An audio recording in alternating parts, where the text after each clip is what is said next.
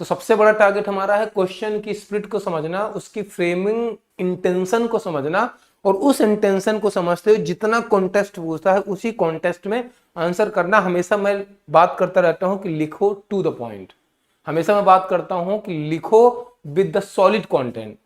हमें कोई अनर्गल बात मेंस आंसर कॉपी में कॉम्पिटिटिव एग्जाम में नहीं करनी होती। It's not LLB copy.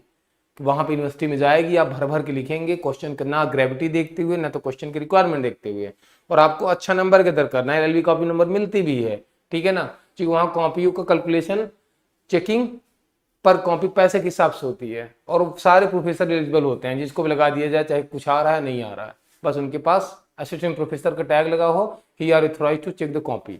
But judiciary copy में ऐसा नहीं होता है।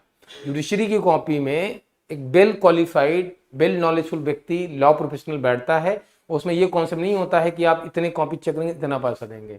न्यूमरेशन उनका होता होगा, लेकिन कॉपी चेक करने की सिंसियरिटी उस पर ज्यादा हावी होती है in comparison to LLB copy.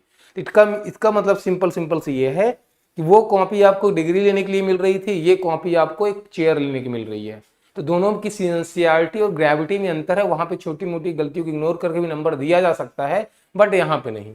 यहाँ पे एक एक नंबर के लिए मशक्कत करनी पड़ती है कि आपका कंटेंट कितना सॉलिड होना चाहिए, और आपके कंटेंट में कितनी लीगल फिलॉसफी आप इन्वॉल्व करते हैं, कि आप जनरल बात कर रहे हैं कि जनरल बात के साथ आप लीगल फिलॉसफी के साथ अपने आंसर को सपोर्ट कर रहे हैं, जैसे कि आप लग रहा है कि आप खुद जज हैं और जजमेंट सुना रहे हैं। तो ये एटीट्यूड के साथ हमें क्वेश्चंस को अटेम्प्ट करना सीखना होगा। यही हमारा अल्टीमेट गोल है, और यही गोल हमको अपने गोल तक पहुंचाता है।